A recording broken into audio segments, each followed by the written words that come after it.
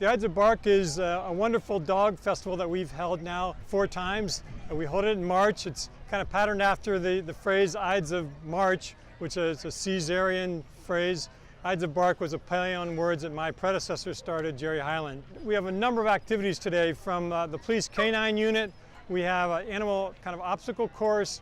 We have dog trainers and training exhibitions. We have dog CPR, things that the dog owner may want to know or may want to know more about. We have most of Mount Vernon District, I think, here is in one way or another. Folks who have animals, who just want to get out for a beautiful day like today. It's important to hold events like this because we need to get people together.